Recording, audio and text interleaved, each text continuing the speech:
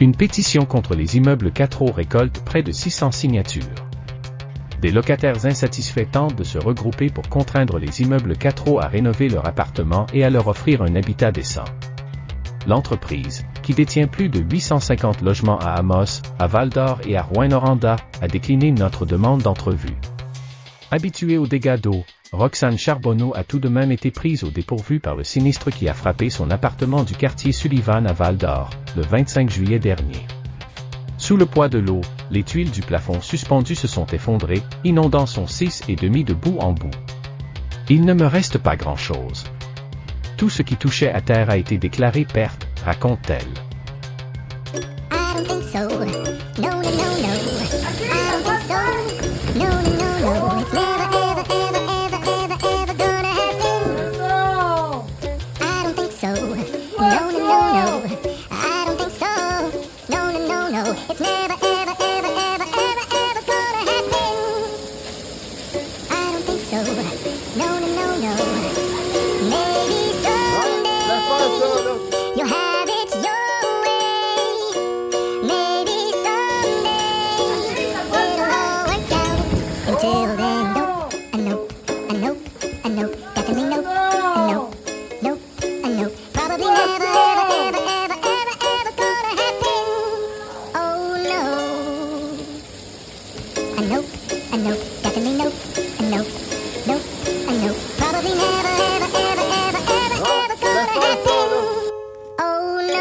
Roxane au rythme des infiltrations d'eau dès mars 2024.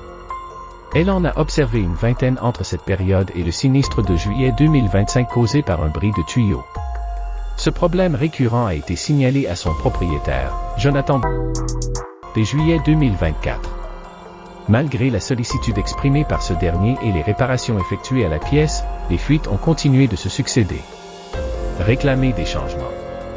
Une pétition contre les immeubles 4O a été lancée sur la plateforme change.org le 7 août, quelques jours après que la vidéo de Roxane Charbonneau soit devenue virale sur les réseaux sociaux. La pétition, qui évoque l'idée d'entamer un recours collectif contre l'entreprise, réclame une réduction de moitié du coût des logements jusqu'à ce que des rénovations adéquates soient complétées. Les signataires enjoignent les locataires à ne plus tolérer les toits qui fuient ou encore des prises de courant défaillantes, par exemple. La pétition fait état d'allégations d'abus de pouvoir, d'intimidation, de harcèlement et de menaces, mais celles-ci n'ont pas été vérifiées par Radio-Canada. Roxane a elle-même signé la pétition pour inspirer les locataires démunis. Personne ne mérite ça. Oui, des dégâts, ça arrive dans la vie, mais je ne souhaite ça à aucune famille, lance la jeune femme. Près de la moitié des signataires, soit 237 sur 569, habitent à Amos, confirme la liste consultée par Radio-Canada. Une voix commune. La pétition est l'étincelle qu'attendait Valérie. J'avais pensé aller en cours, mais ma voix seule contre une entreprise importante, à Amos, je me suis dit que ce serait sûrement plus du temps et de l'énergie gaspillée. Quand j'ai vu qu'une autre personne se tenait debout, j'ai tout de suite décidé de la contacter, explique l'ancienne locataire qui a déménagé en avril.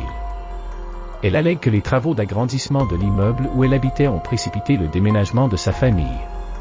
On a été avisé quand les camions sont entrés dans la cour en novembre 2024, soutient-elle. Les travaux étaient directement sur notre toit. On parle de gros camions et de gros tracteurs qui prennent toute la cour et qui font beaucoup de bruit. Ça pilait sur nos têtes de 7h du matin à 5h le soir, non-stop. La pétition signée, les locataires soient traités comme des humains à part entière. J'aimerais surtout qu'ils changent la manière d'être propriétaire, complète-t-elle. On lui donne quand même une paye. Quand tu as un bon locataire, c'est important de lui faire attention. On les respecte, mais il faut qu'ils nous respectent aussi. Le propriétaire des immeubles 4O, Nicole, a décliné notre demande d'entrevue craignant que le reportage reflète mal ses positions. La seule précision que nous souhaitons apporter est la suivante. Plusieurs dossiers impliquant certains locataires, qui figurent d'ailleurs parmi les signataires de la pétition, suivent actuellement leur cours devant les instances juridiques compétentes, a-t-il répondu par courriel. L'entreprise Les Immeubles 4O se décrit sur son site web comme le cœur du holding immobilier.